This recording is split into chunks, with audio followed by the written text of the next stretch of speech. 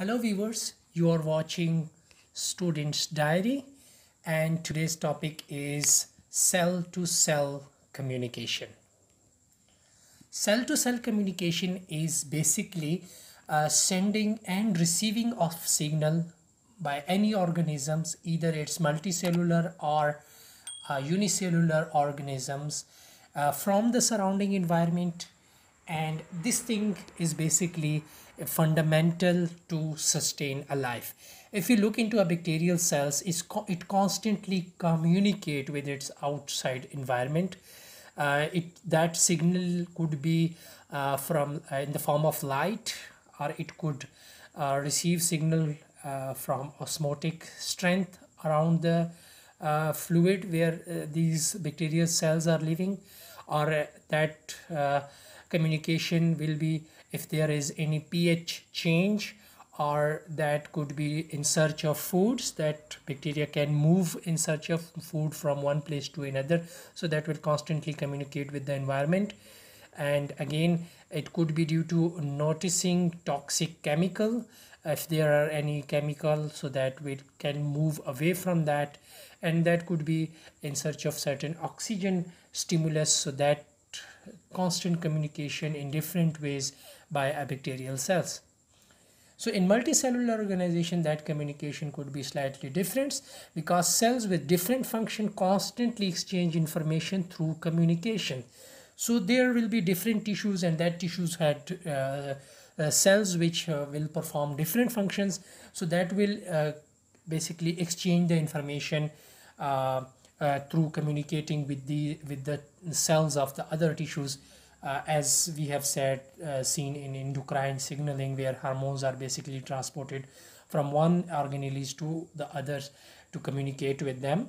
And similarly in plant cells, it communicates in response to growth hormones and sunlights.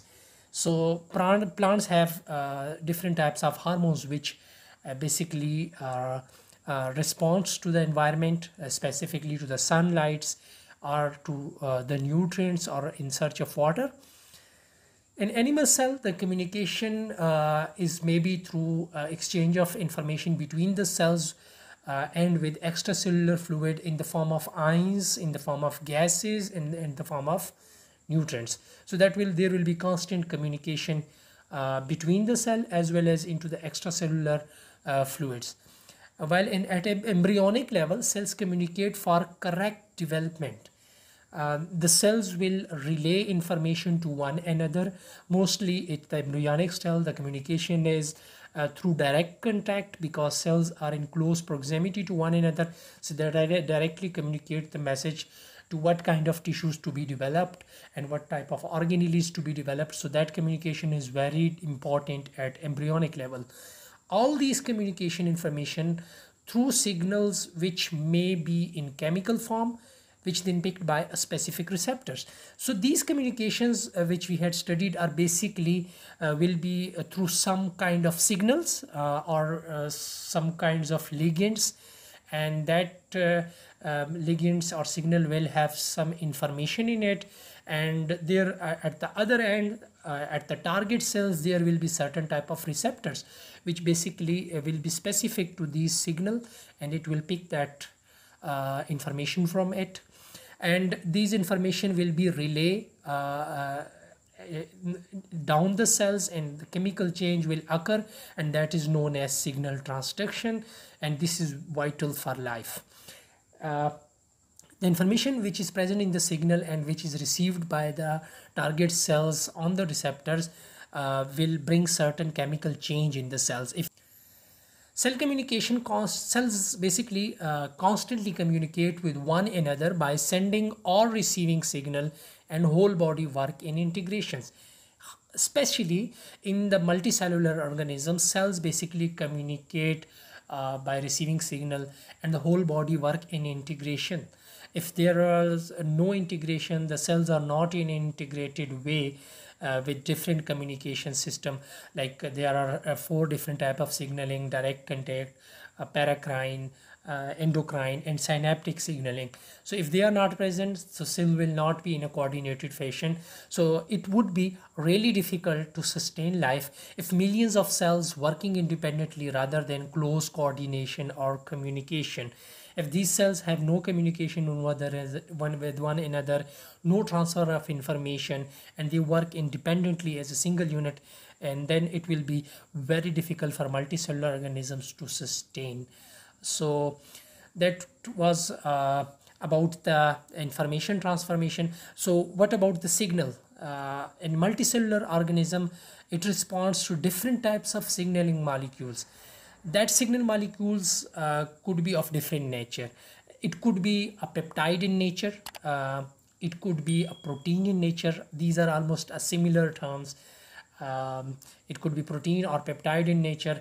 Even these signals could be in individual amino acids, and it could be a steroids or lipids, because if the hormones or the signals are steroid in nature, most of the time their receptor will be present intracellularly within the cells, while those which are made up of proteins or peptides, that might have the receptor on extracellular or on the cell membrane.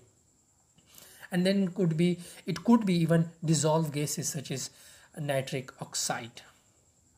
Now come to the extracellular receptor. Remember, we said that most of the steroid hormones will have intracellular receptor. It means they will simply go through the cell membrane and go inside the cell and will show attached to the receptor and will show the response or do the chemical change which was required. When we're looking at the extracellular receptors, in extracellular receptor, there will be receptor present on the cell membrane, which will be specific to certain type of signal or hormones or ligands. And we know that in extracellular fluid or in the blood vessels, there will be a lot of signals or hormones in it, but it will only bound to those cells which have a specific receptor into it. So if we look into this kind of extracellular receptor, if the hormones are not specific to the receptor, it will not show any response or no chemical change will occur inside the cell. Similarly, that will just go through that receptor and it will show no response. Wherever it gets that receptor which is specific to it, it will relay the information inside the cell into the nucleus, in case if it is a gene regulatory signals or hormones. So it will attach to the DNA and initiate the process of transcription and translation, so that machinery will be activated due to that specific hormones or signal which basically attach to this receptor. So that message will be conveyed through second messenger, which could be adenylyl cyclase or any other second messenger which will convey message to the nucleus. So this was all about today's topic.